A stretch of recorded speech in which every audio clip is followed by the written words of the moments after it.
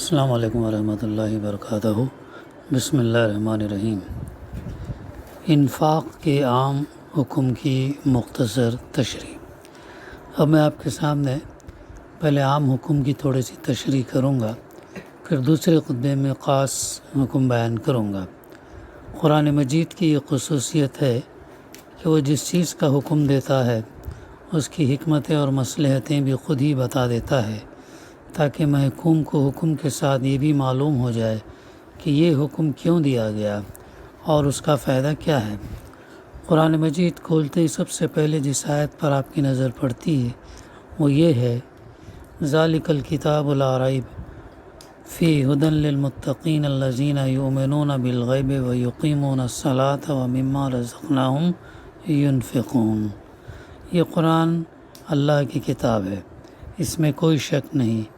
یہ ان پرہیزگار لوگوں کو زندگی کا سیدھا راستہ بتاتا ہے جو غیب پر ایمان لاتے ہیں، نماز قائم کرتے ہیں اور جو رزق ہم نے ان کو دیا ہے اس میں سے خرچ کرتے ہیں۔ اس آیت میں یہ اصل الاصول بیان کر دیا گیا ہے کہ دنیا کی زندگی میں سیدھے راستے پر چلنے کے لیے تین چیزیں لازمی طور پر شرط ہیں۔ ایک، ایمان بالغیب، یعنی جس میں اللہ اور آخرت اور وہی سبھی امور غیب پر ایمان لانا شامل ہے۔ دوسرا، نماز قائم کرنا۔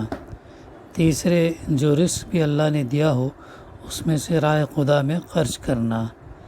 دوسری جگہ ارشاد ہوتا ہے کہ لن تنالوا البر حتی تنفقوا مما تحبون، سورہ آل عمران آیت نمبر 92۔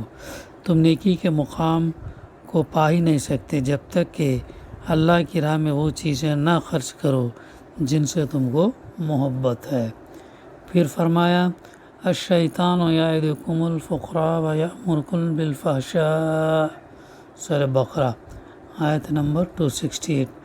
شیطان تم کو ڈراتا ہے کہ خرچ کرو گے تو فقیر ہو جاؤ گے، وہ تمہیں شرمناک چیز یعنی بخیلی کی تعلیم دیتا ہے، کنجوسی کی تعلیم دیتا ہے۔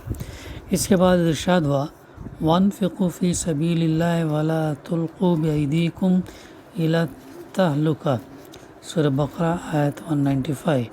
اللہ کی راہ میں خرچ کرو اور اپنے ہاتھ سے اپنے آپ کو ہلاکت میں نہ ڈالو، یعنی کہ راہ خدا میں خرچ نہ کرنے کے معنی ہلاکت اور بربادی کے ہیں۔ آخر میں فرمایا، وَمَن یُوقَ شُحَّ نَفْسِهِ فَأُولَٰئِکَ هُمُ الْمُفْلِحُونَ، سورہ حشر آیت نمبر 9۔ اور جو تنگ دلی سے بچ گئے وہی فلاح پانے والے ہیں۔ تنگ دلی جس سے اگر جو بچ گئے دل کی تنگی سے، وہی جو ہے اصل میں فلاح پانے والے ہیں۔ زندگی بسر کرنے کے دو طریقے ہیں۔ ان سب آیات سے معلوم ہوتا ہے کہ دنیا میں انسان کے لیے زندگی بسر کرنے کے دو راستے ہیں۔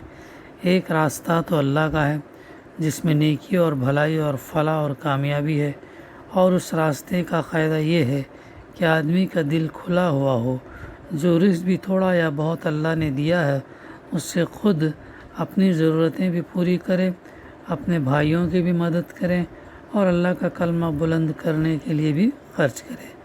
دوسرا راستہ شیطان کا ہے جس میں ظاہر تو آدمی کو فائدہ ہی فائدہ نظر آتا ہے، لیکن حقیقت میں ہلاکت اور بربادی کے سوا کچھ نہیں۔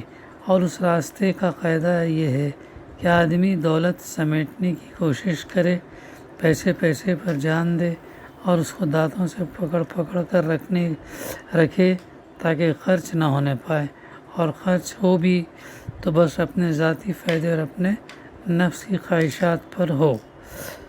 اللہ کی راہ میں خرچ کے طریقے۔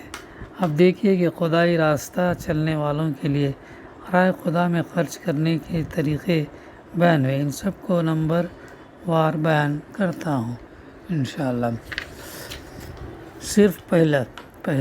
صرف اللہ کی خوشنودی کے لیے سب سے پہلی بات یہ ہے، خرچ کرنے میں صرف اللہ کی رضا اور اس کی خوشنودی مطلوب ہو۔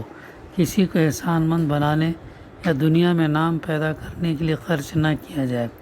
وَمَا تُنْفِقُونَ إِلَّا ابْتِغَاءَ وَجْهِ اللَّهِ، سورہ بقرہ آیت 272۔ تم جو کچھ بھی خرچ کرتے ہو اسے اللہ کی رضا کے سوا تمہارا اور کوئی مقصود نہیں ہوتا۔ پھر فرمایا یا ایھا الذین آمنوا لا تبطلوا صدقاتکم بالمن والاذی کالذی ينفق مالہ رئاء الناس ولا یؤمن باللہ والیوم الآخر کمثل صفوان علیہ تراب فأصابہ وابل فترکہ صلدا۔ ترجمہ یوں ہے، اے لوگو جو ایمان لائے ہو، اپنی خیرات کو احسان جتا کر اور اذیت دے کر اس شخص کی طرح ضائع نہ کرو جو لوگوں کے دکھاوے کو خرچ کرتا ہے اور اللہ اور روز آخرت پر ایمان نہیں رکھتا۔ اس کے خرچ کی مثال تو ایسی ہے جیسے ایک چٹان پر مٹی پڑی ہو اور اس پر زور کا مے برسے تو ساری مٹی بہہ جائے گی، ساری مٹی بہہ جائے اور بس صاف چٹان کی چٹان رہ جائے۔ دوسرا نقطہ، احسان نہ جتایا جائے۔ دوسری بات یہ ہے کہ کسی کو پیسہ دے کر یا روٹی کھلا کر یا کپڑا پہنا کر احسان نہ جتایا جائے اور ایسا برتاؤ نہ کیا جائے جس سے اس کے دل کو تکلیف ہو۔ فرمایا قرآن مجید میں الذین ينفقون اموالهم فی سبیل اللہ ثم لا یتبعون ما انفقوا منا ولا اذى لهم اجرهم عند ربهم ولا خوف علیہم ولا هم یحزنون قول معروف ومغفرۃ خیر من صدقۃ یتبعها الیہ۔ ترجمہ یوں ہے اس کا، جو لوگ اللہ کی راہ میں خرچ کرتے ہیں اور پھر خرچ کر کے احسان نہیں جتاتے اور تکلیف نہیں پہنچاتے، ان کے لیے اللہ کے ہاں اجر ہے اور انہیں کسی نقصان کا خوف یا رنج نہیں۔ رہی وہ خیرات جس کے بعد تکلیف پہنچائی جائے تو اس سے تو یہی بہتر ہے کہ سائل کو نرمی سے ٹال دیا جائے اور اسے کہہ دیا جائے کہ بھائی معاف کرو۔ تیسرا نقطہ، بہتر مال دیا جائے۔ تیسرا قاعدہ یہ ہے کہ اللہ کی راہ میں اچھا مال دیا جائے، برا چھانٹ کر نہ دیا جائے۔ جو لوگ کسی غریب کو دینے کے لیے پھٹے پرانے کپڑے تلاش کرتے ہیں یا کسی فقیر کو کھلانے کے لیے بدتر سے بدتر کھانا نکالتے ہیں، ان کو بس ایسے ہی اجر کی اللہ سے بھی توقع رکھنی چاہیے۔ فرمایا یا ایھا الذین آمنوا انفقوا من طیبات ما کسبتم وما اخرجنا لکم من الارض ولا تیمموا الخبیث منہ تنفقون۔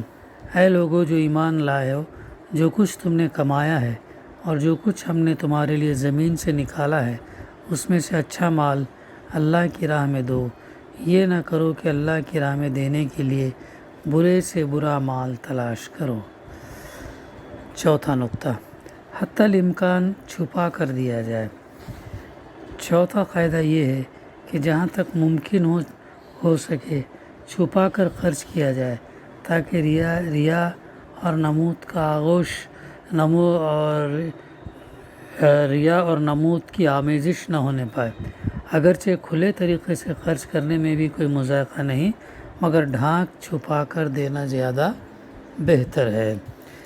ان تبدوا الصدقات فنعما ہی وان تخفوها وتؤتوها الفقراء فهو خیر لکم ویکفر عنکم من سیئاتکم۔